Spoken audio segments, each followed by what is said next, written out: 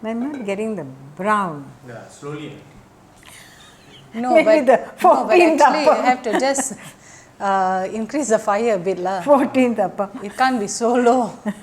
No, the last appam, then we're like, okay, so this is how you It's make the real it. thing. Hi, I'm Urmila. Welcome to Urmi's Cakes and Cooks. Today I've got Auntie Sushi with me. She's going to show us how to make appam or Paal Paal Appam. appam or hoppers. Or hoppers. In Sri Lanka they're called hoppers. Yeah. So Auntie Sushi, can you please tell us what we need? Basically, my recipe is with 2 raw rice. I have to soak it. 2 cups? 2 cups of raw rice, which I soak it for about 5 hours. What I do is late evening, I soak it for about 5 hours, and then I drain it. I grind it with the cooked rice. How much of cooked rice? 1 cup of cooked rice, Okay. and I grind it into a smooth paste, and then I pour it into a deep bowl, and then meantime I will make a yeast. Just add some yeast, Yeast. 1 teaspoon of yeast, Yeah, 1 teaspoon of sugar, sugar and warm water. Warm water. Yeah, mix it. How and much of warm water did you add? About a half a cup. Yeah. Quarter cup. Quarter or cup or half a cup okay. you can. Half a cup. So okay. anyway, you allow it to froth. Once you've ground the thing into a smooth paste, you add this yeast to ferment, and I leave it overnight. Oh, okay. I allow the fermentation to take place during the night. So that happens overnight. Yes, and then in the morning, you can either straight away do the appam, or you can keep it in the fridge and do it later in the evening. So when you're leaving it to ferment, do we leave it outside at room temperature? Yes, room temperature, cover it and leave it in room temperature. Okay. Okay. That's the basic thing. So now we'll grind the rice. Now shall I put a little bit? I will put a little bit of water. So you're just using some of the water that the rice was soaking in. Yeah. So you don't waste. Okay, we can grind. Yeah. So putting in the cooked Cooked rice. yeah. 1 cup, right? Yeah. So can this rice just be old rice? Old rice, yes. Leftover it's fine. rice. Yeah, no problem. And sometimes when you find that hassle of soaking raw rice, and then some people use powdered rice. The rice flour. The rice flour also can be done. You just Do you use the same amount? I think you can use the same amount. Okay. So But you have to be careful with the amount of water. Water, that's all. Yeah. Okay. You can pour it into a bowl and then add the yeast. You can just add the yeast and mix it. Yeah. So you just added the yeast Yeast into the dough, into the the batter. Yeah. Mix it well.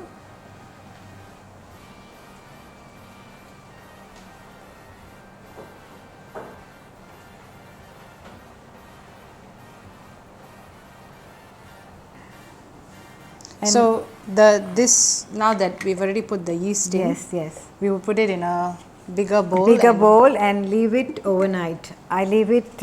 You can leave it overnight or 8 hours. The maximum is 8 hours, but you can leave it overnight. And then if you are making the next day, you can add the other ingredients and then start making the. So appam. that's what Auntie Sushi has already pre-made some of the batter and let it ferment overnight.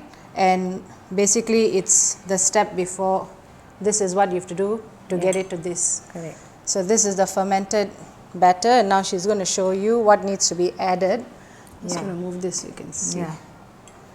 What needs to be added to it. A half cup of coconut milk. You pour the whole thing, yeah. And then you add 4 to 5 tablespoons sugar. Yeah. Does that? Yes. Yeah. And then some salt, yeah.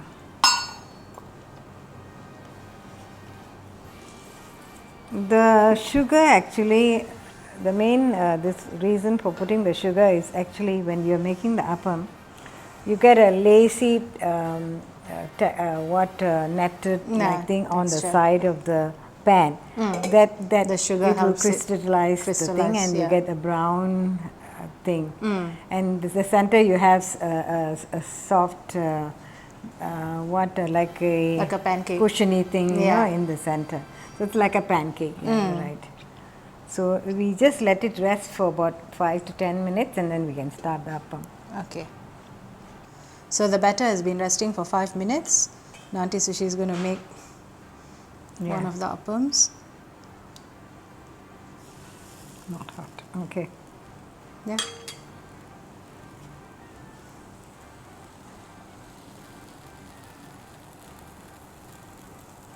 We preheated the pot a bit so that it'd be ready for us to take the video. So just cover it and let it sit for a few minutes. And the heat is medium to low heat. So how long more does it need to cook? You see, the most important thing, the center must be cooked. Okay, but what about the sides? Side, usually it will brown slowly, you know, and then once it's a bit lacy, the brown, then you can pick it up. Take it out, Yeah. okay. Actually, it's almost done.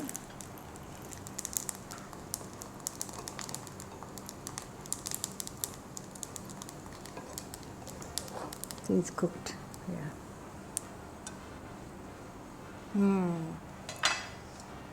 Smells good. Shall I put this I'll down? control myself until she makes the next one. Now? Yeah.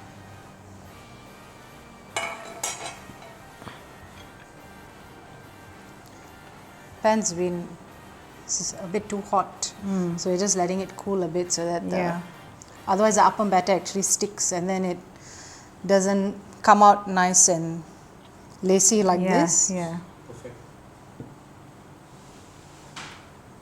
What was your cooling technique just now? So earlier I was doing this. So Just make sure that none of your family members are nearby, or if some of them are irritating you, you can ask them to stand there. That's also okay. knock them out.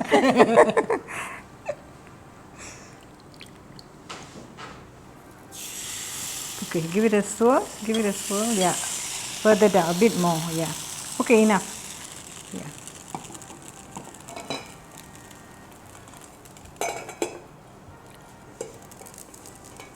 Okay, you can start putting the coconut milk in the center.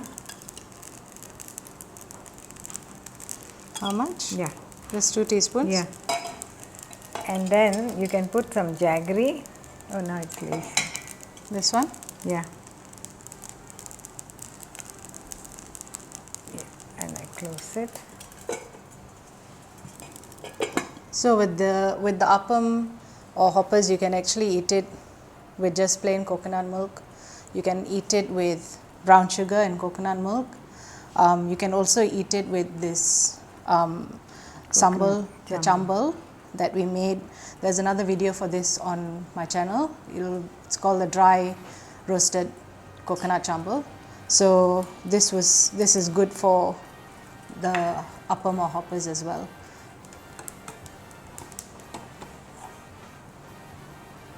Yeah. So you can make about 14 of the appams With this recipe? With this amount, yeah. Okay. So now, shall we taste, Auntie Yeah, Sushi? yeah, we can. Some people, you know, what they do is they just pour it.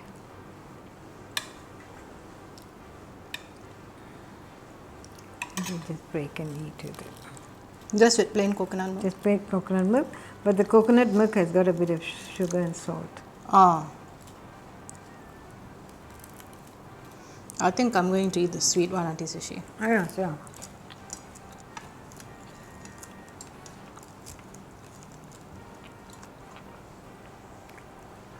This is nice as a dessert, yeah.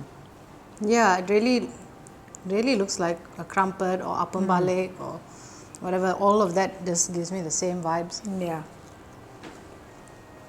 Okay.